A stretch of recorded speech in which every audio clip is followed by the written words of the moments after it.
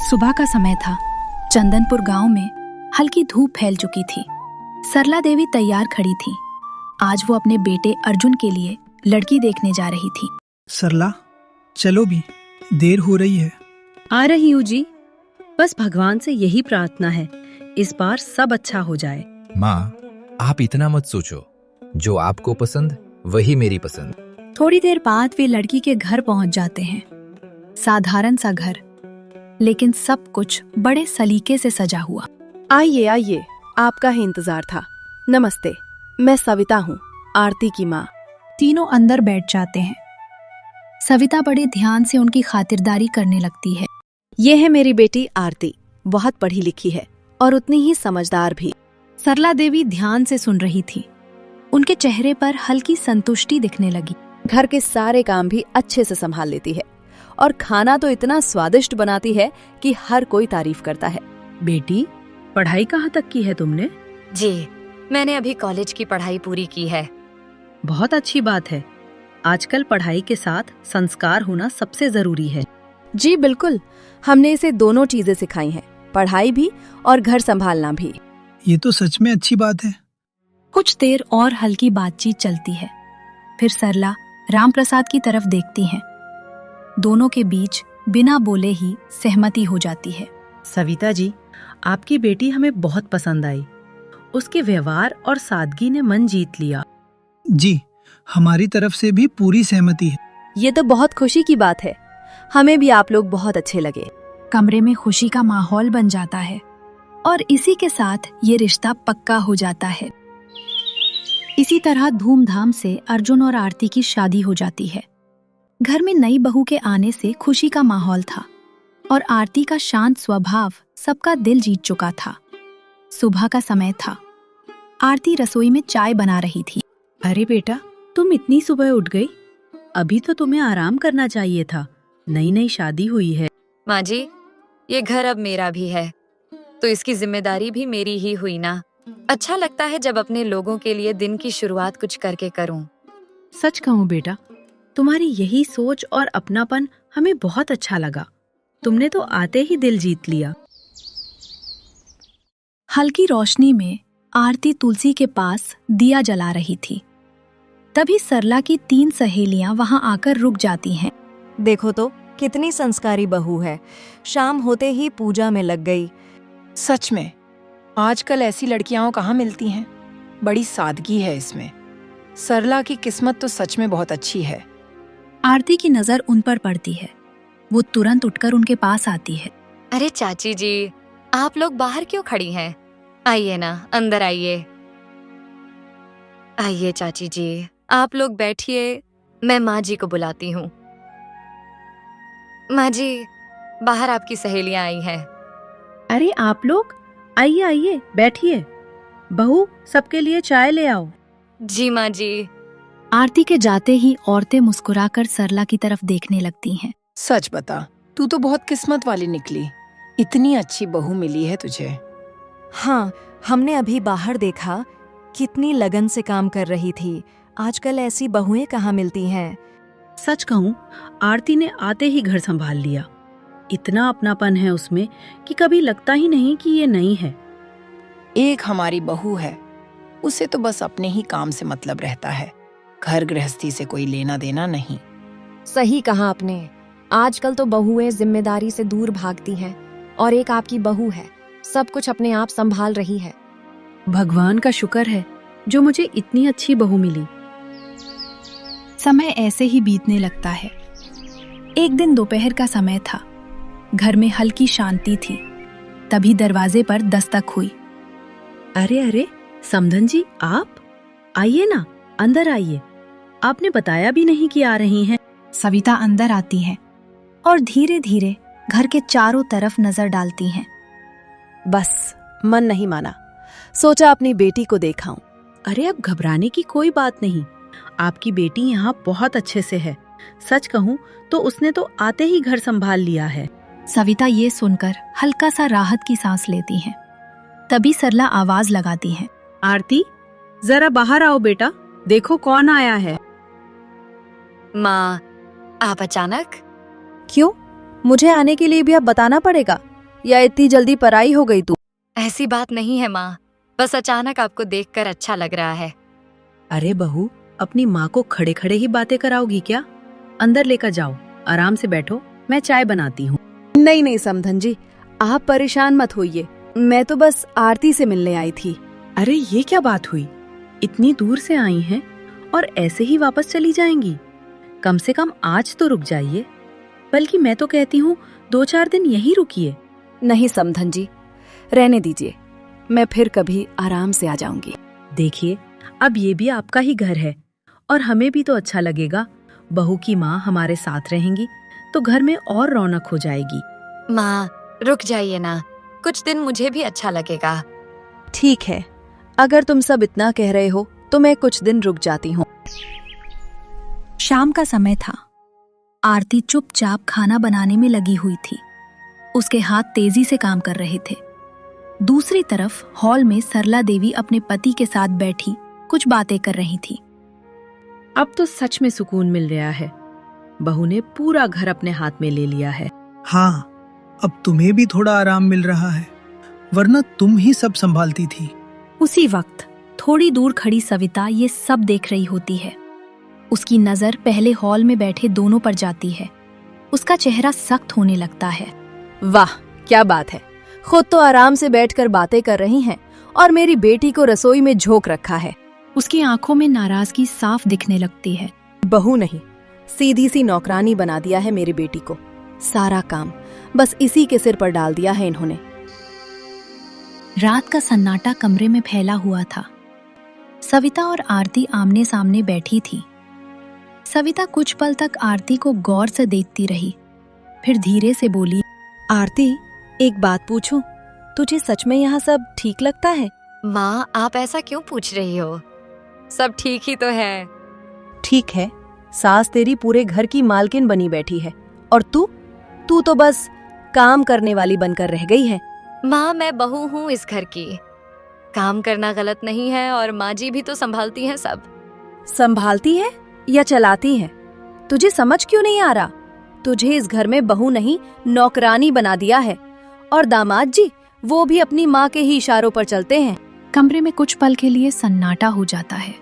अब आरती खुद सोचने लगती है। सच में आज तक मैंने कभी ये सोचा ही नहीं। मैं पूरे दिन काम करती हूँ पर फैसले हमेशा माँ जी ही लेती हैं। अब भी समय है। आरती, इस घर में रहना है तो सबको अपने काबू में रखना पड़ेगा। तुझे इस घर पर राज करना होगा।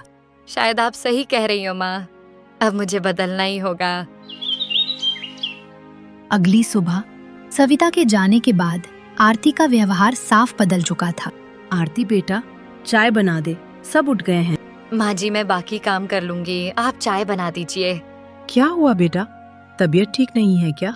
नहीं माँ जी, सब ठीक है, बस अब काम थोड़ा बांट लेना चाहिए। ठीक है, अगर तू थक गई है तो मैं बना देती हूँ, लेकिन तू बता दिया कर, मैं मना थोड़ी करती हूँ। सुबह की हल्की रोशनी कमरे में फैल रही थी। आरती अभी बिस्तर पर ही थी, तभी सरला चाय लेकर अंदर आती है।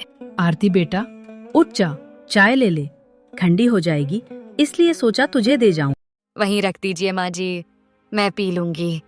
बेटा, आज कुछ रिश्तेदार आने वाले हैं घर पर, तो सोचा अगर तू थोड़ा सा खाना बनाने में मेरी मदद कर दे। ज्यादा कुछ नहीं, बस साथ हो जाएगा तो काम जल्दी निपट जाएगा। माँ जी एक बात बताइए, क्या मैं यहाँ सिर्फ काम करने के लिए ही आई हूँ? सुबह से लेकर रात तक बस काम ही काम, अब रिश्तेदारों के लिए भी मैं ही करूँ? नहीं बेटी, मैं भी तो साथ में कर रही हूँ, बस सोचा तू मदद करवा देगी तो थोड़ा आसान हो जाएगा। अगर इतना ही काम है ना, तो आप एक नौकरानी क्यों नहीं रख लेती? हर चीज मुझसे ही क्यों उम्मीद की जाती है? मुझे भी आराम चाहिए, मैं कोई नौकरानी नहीं हूँ। सरला के चेहरे पर चोट साफ दिखती है, फिर भी वो खुद को संभालती है। ठीक है बेटा, जैसा तू ठीक समझे मैं कर लूंगी सब। बस एक काम कर देना, जब रिश्तेदार आ जाएं तो उनके सामने चाय लेकर आ जाना। वो खास तुमसे मिलने आ रहे हैं, अच्छा लगेगा उन्हें। थोड़ी देर बाद घर में मेहमान आ चुके थे। सरला ने मुस्कुराकर सबका स्वागत किया, लेकिन उसके चेहरे की थकान छुप नहीं रही थी। अरे सरला, अब तो बहू आ गई है, तुम्हारा काम तो आधा हो गया होगा। हाँ, बुलाती हूँ उसे। आप लोग बैठिए। सरला आरती को बुलाने अंदर जाती है। आरती बेटी, जरा बाहर आ जाओ, सब तुमसे मिलने आए हैं। आओ बेटा, यहाँ पास आकर बैठो। कैसी हो? नए घर में सब ठीक है ना? हाँ, सब ठीक है। बेटी, जरा चाय ले आओ सबके लिए। माँ जी, हर बार मेहमान आते हैं तो क्या मैं ही सब कुछ करूं? आप खुद भी तो कर सकती हैं, या फिर पहले से किसी को रख लेती काम के लिए। पूरा कमरा एकदम चुप हो जाता है। सब एक दूसरे को देखने लगते हैं। अरे बेटा, कोई बात नहीं, सरला रहने दे, हम ऐसे ही बैठते हैं। नहीं नहीं, मैं ले आती हूँ। आरती बिना कुछ बोले उठती है और सीधे अपने कमरे में चली जाती है। दिन बीतते गए और आरती का व्यवहार और कठोर होता गया। एक दिन रसोई में सरला खाना बना रही थी। चेहरा पीला पड़ा हुआ, हाथों में कमजोरी साफ दिख रही थी। माँ, आपकी तबीयत ठीक नहीं लग रही। आप आराम क्यों नहीं कर रही? कुछ नहीं बेटा, हल्का सा बुखार है, ठीक हो जाएगा। माँ की हालत देखकर अर्जुन बेचैन हो गया और उसने तुरंत आरती को आवाज लगाई। आरती देखो, माँ की तबीयत ठीक नहीं है। तुम आज खाना बना लो, उन्हें आराम करने दो। क्यों? हर बार मैं ही क्यों करूं सब कुछ? क्या ये घर सिर्फ मेरे ही भरोसे चलता है? ये सब कुछ नहीं है आरती, बस आज की बात है। माँ बीमार है। तो मैं क्या करूं? क्या मुझे थकान नहीं होती? मुझे भी थोड़ा आराम चाहिए। माहौल एकदम भारी हो जाता है। सरला धीरे से उनके बीच आ जाती है। बहू, मुझसे कोई गलती हो गई है क्या? तू हर बात पर इतना गुस्सा क्यों हो जाती है? सब ठीक तो है ना? हर बात में खुद को बीच में लाने की आदत है ना आपको, तो अब सुन भी लीजिए। मुझे ये सब बिल्कुल अच्छा नहीं लगता। हर समय बस काम, जिम्मेदारी। मुझे ऐसी जिंदगी नहीं चाहिए। सरला चुप हो जाती है। उसकी आंखों में आंसू आ जाते हैं। सुबह की हल्की धूप में मन में भारीपन लिए सरला चुपचाप मंदिर पहुंचती है। भगवान के सामने खड़ी होकर वो प्रार्थना करती है। हे भगवान, मैंने हमेशा इस घर को जोड़कर रखने की कोशिश की है, फिर आज सब कुछ बिखरता हुआ क्यों लग रहा है? अगर मुझसे कोई गलती हुई है तो मुझे सही रास्ता दिखाइए। बस मेरे परिवार में फिर से शांति और प्यार लौटा दीजिए। सरला की आंखों से आंसू निकल आते हैं। चेहरे पर दर्द के साथ एक हल्की सी उम्मीद भी होती है।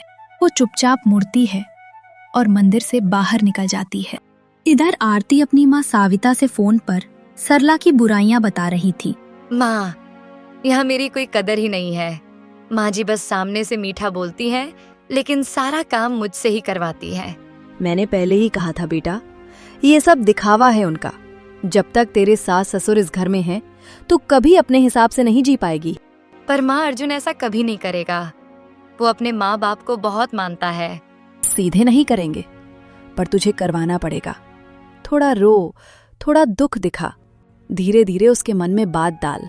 याद रख, अगर तूने अभी कुछ नहीं किया तो पूरी जिंदगी दबकर रह जाएगी। अब आरती की आंखों में हल्का सा बदलाव आता है। ठीक है माँ, अब मैं समझ गई। आरती के चेहरे पर सोच की लकीरें उभर आईं। सविता की कही हर बात उसके मन में बार बार गूंज रही थी। सही कहा माँ ने। अगर मुझे इस घर में अपनी जगह बनानी है तो इन दोनों को हटाना ही पड़ेगा। अब देखना कैसे मैं इस बूढ़े बुढ़िया को इस घर से बाहर निकालती हूँ। ऐसे खेल खेलूंगी कि इन्हें समझ भी नहीं आएगा। अब ये घर सिर्फ मेरा होगा। अगली सुबह आरती चुपचाप नाश्ता बना रही थी। चेहरा शांत, लेकिन दिमाग में एक चाल चल रही थी। वो धीरे से सरला की सब्जी अलग निकालती है और उसमें ज्यादा नमक मिला देती है। अब देखती हूँ ये बुढ़िया कितनी अच्छी बनने का नाटक करती है। सबके सामने हर वक्त सीधी सादी बनने का ढोंग, आज सबके सामने सच्चाई दिखेगी। कुछ देर बाद आरती बड़े प्यार से सबको नाश्ता परोसती है। सब खाना शुरू करते हैं। कुछ पल तक सब सामान्य रहता है। अरे बहू, ये क्या? सब्जी में नमक बहुत ज्यादा है। नमक ज्यादा? नहीं माँ जी, मैंने तो बिल्कुल सही डाला है। आप ही बताइए, क्या सच में नमक ज्यादा है? मुझे तो सब ठीक लग रहा है माँ, नमक बिल्कुल सही है। हाँ सरला, खाने में तो कोई कमी नहीं है। सरला थोड़ी उलझन में पड़ जाती है। फिर दोबारा चखती है। नहीं, मैं सच कह रही हूँ, मेरे हिस्से में तो नमक बहुत ज्यादा है। इतना सुनते ही आरती का चेहरा अचानक बदल जाता है। बस माँ जी, मैं ये बात बहुत दिनों से देख रही हूँ। आपको मेरा बनाया कुछ भी अच्छा नहीं लगता। हर बार आप मेरी ही गलती निकालती हैं। अरे आरती, तुम बात को इतना बढ़ा क्यों रही हो? अगर माँ को नमक ज्यादा लग रहा है तो हो सकता है। हाँ, क्यों नहीं, आप तो हमेशा अपनी माँ का ही साथ देंगे। मेरी बात की तो इस घर में कोई कीमत ही नहीं है। मैं सुबह से मेहनत कर रही हूँ और बदले में मुझे क्या मिलता है? ताने। वो रोते हुए वहां से चली जाती है। मेज पर सन्नाटा छा जाता है। सरला चुपचाप बैठी रह जाती है, आंखों में दर्द और उलझन। रात गहरा चुकी थी। कमरे में हल्की सी रोशनी फैल रही थी। मैं अब इस घर में नहीं रह सकती अर्जुन, बहुत हो गया। हर दिन खुद को समझाती हूँ कि सब ठीक हो जाएगा, लेकिन सच ये है कि इस घर में मेरी कोई इज्जत ही नहीं है। आरती, तुम इतना बड़ा फैसला इतनी जल्दी कैसे ले सकती हो? या तो आप अपने माँ बाप को इस घर से अलग कर दीजिए, या फिर हम दोनों ये घर छोड़ देते हैं। ये नामुमकिन है आरती, मैं अपने माँ बाप को घर से नहीं निकाल सकता। हम दोनों शहर चले जाते हैं। माँ जी और बाबूजी यहीं खुश हैं, उन्हें यहीं रहने देते हैं। वैसे भी वो मुझे कभी पसंद नहीं कर पाएंगे, तो क्यों ना हम अपनी एक नई दुनिया शुरू करें। अर्जुन गहरी सोच में डूब जाता है। आरती उसे देखती है। उसके चेहरे पर हल्की संतुष्ट मुस्कान आ जाती है। अगली सुबह घर में अजीब सी खामोशी फैली हुई थी। कल की कड़वाहट अब भी हवा में महसूस हो रही थी। बहू, अगर कल मेरी किसी बात से तुम्हें बुरा लगा हो तो मुझे माफ कर दो। मेरा वो मतलब नहीं था। आप ज्यादा भोली बनने की कोशिश मत कीजिए माँ जी, मैं सब समझती हूँ। और वैसे भी मैं और अर्जुन अब इस घर में नहीं रहेंगे। इतने में अर्जुन और उसके पिता वहां आ जाते हैं। आरती, ये कैसी बातें कर रही हो तुम? हर घर में छोटी मोटी बातें होती हैं, इसका मतलब ये नहीं कि हम घर छोड़ दें। थोड़ा खुद को ढालना पड़ता है। बस आपको तो हमेशा एडजस्ट ही करवाना है मुझसे। मेरी भावनाओं की कोई कीमत नहीं है आपके लिए। ठीक है, अगर आप नहीं चलना चाहते तो मत आइए, मैं ही चली जाती हूँ अपने घर। अहे बहू, ये क्या कह रही हो? ऐसे गुस्से में घर नहीं छोड़ते। बहू, बात करके हल निकाला जाता है, यूं घर छोड़कर जाना ठीक नहीं है। अब बहुत हो गया, मैं यहाँ एक पल भी नहीं रुकूंगी। आरती किसी की बात नहीं मानती। वो अपना पर्स उठाती है और दरवाजे की तरफ बढ़ती है। रात का समय था। आरती गुस्से और आंसुओं के साथ तेजी से अपनी माँ के घर पहुंची और जोर जोर से दरवाजा खटखटाने लगी। दरवाजा खुलते ही साविता सामने थी। अरे आरती, तू यहाँ इस हालत में? क्या हुआ है? माँ, अर्जुन अपने माँ बाप को छोड़ना ही नहीं चाहता। मैंने साफ कह दिया था कि या तो वो मेरे साथ अलग रहे या फिर मैं चली जाऊंगी, और आज मैं सच में चली आई। अरे ऐसे गुस्से में कोई घर छोड़ता है क्या? थोड़ा सोच समझकर फैसला लेना चाहिए था तुझे। इतना सुनते ही आरती का चेहरा बदल जाता है। क्यों? अब समझा रही हो मुझे? आप ही तो कह रही थी ना माँ कि अगर इज्जत नहीं मिलती तो वहाँ रहने का कोई मतलब नहीं। आरती की बातें सुनकर साविता थोड़ा चुप हो जाती है। अच्छा, ठीक है, अब गुस्सा छोड़, बैठकर आराम से बात करते हैं। रात का सन्नाटा पूरे घर में फैल चुका था। दरवाजा खुला था, जैसे कोई अब भी किसी के लौटने का इंतजार कर रहा हो। अर्जुन बेटा, मुझसे बहुत बड़ी गलती हो गई। अगर मैं आरती को थोड़ा और समझ पाती तो शायद वो घर छोड़कर नहीं जाती। माँ, आप खुद को क्यों दोष दे रही हैं? बात सिर्फ आपकी नहीं थी। आरती पहले से ही अलग रहना चाहती थी। लेकिन अर्जुन, बात को संभाला भी तो जा सकता था। घर छोड़कर जाना कोई हल नहीं होता। पिताजी, मैंने बहुत समझाने की कोशिश की, पर वो सुनने को तैयार ही नहीं थी। उसे लगा कि मैं उसकी जगह कभी नहीं समझूंगा। अब जो हो गया उसे बदला नहीं जा सकता, लेकिन हमें ये सोचने की जरूरत है कि आगे क्या करना है। बस यही डर लग रहा है पिताजी, कहीं आरती कोई ऐसा कदम ना उठा ले जिससे सब कुछ और बिगड़ जाए। ऐसे ही कुछ दिन बीत गए। घर का माहौल ऊपर से शांत था, लेकिन अंदर ही अंदर खिंचाव बढ़ता जा रहा था। आरती, जरा मेरी मदद कर दे, मुझे बाकी काम भी निपटाने हैं। सब कुछ अकेले नहीं हो पाता। माँ, अभी मेरा बिल्कुल मन नहीं है, आप खुद कर लीजिए ना। मन नहीं है मतलब? ये घर है आरती, यहाँ काम मन से नहीं जिम्मेदारी से होते हैं। जिम्मेदारी? वहाँ भी दिन भर यही सुनती थी मैं, सुबह से रात तक बस काम ही काम। यहाँ आई हूँ तो थोड़ा सुकून चाहती हूँ। तो क्या यहाँ आकर हाथ पर हाथ रखकर बैठी रहेगी तू? घर चलाना पड़ता है, ये कोई खेलने की जगह नहीं है। मैं खेलने नहीं आई, लेकिन हर वक्त नौकरानी बनकर भी नहीं रह सकती। अभी जितना कर रही हूँ उतना काफी है। साविता गुस्से में वापस काम करने लगती है और माहौल फिर से भारी हो जाता है। दिन ऐसे ही बीतते जा रहे थे। आरती कभी घर पर सोती रहती, कभी बिना बताए बाहर चली जाती और घर के काम से पूरी तरह दूरी बनाए रखती। एक दिन सुबह सुबह सविता का सब्र आखिर टूट गया। आरती, अब बहुत हो चुका है, कब तक ऐसे चलेगा ये सब? न घर का काम, न कोई जिम्मेदारी। आखिर करना क्या चाहती है तू? माँ, इतना परेशान क्यों हो रही हैं? 2-4 दिन ही तो हुए हैं, आराम कर रही हूँ बस। आराम? ये आराम नहीं, लापरवाही है। मैंने ही तुझे उकसाया था कि अपने हक के लिए लड़, लेकिन इसका मतलब ये नहीं कि तू सब कुछ छोड़कर बैठ जाए। एक दिन सुबह से ही आरती की तबीयत ठीक नहीं थी। बदन में तेज बुखार, आंखों में भारीपन, लेकिन घर में उसकी हालत देखने वाला कोई नहीं था। काफी देर तक सहने के बाद वो धीरे धीरे उठकर साविता के पास जाती है।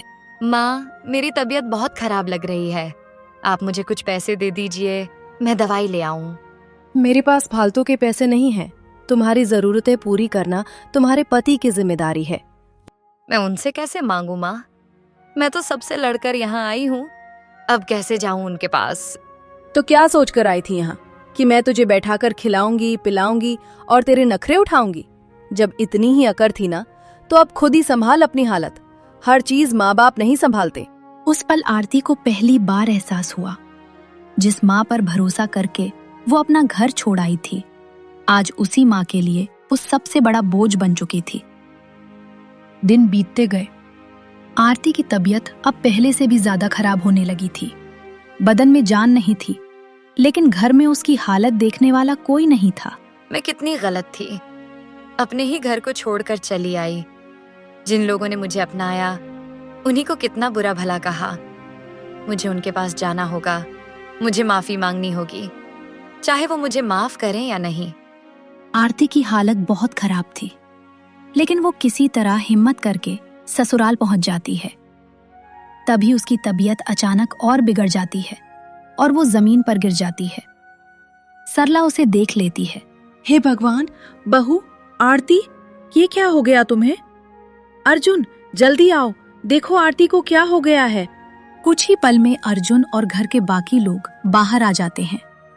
सब घबरा जाते हैं। सब मिलकर उसे अंदर ले जाते हैं और बिस्तर पर लिटाते हैं। मुझे माफ कर दीजिए, मैं बहुत बड़ी गलती कर बैठी।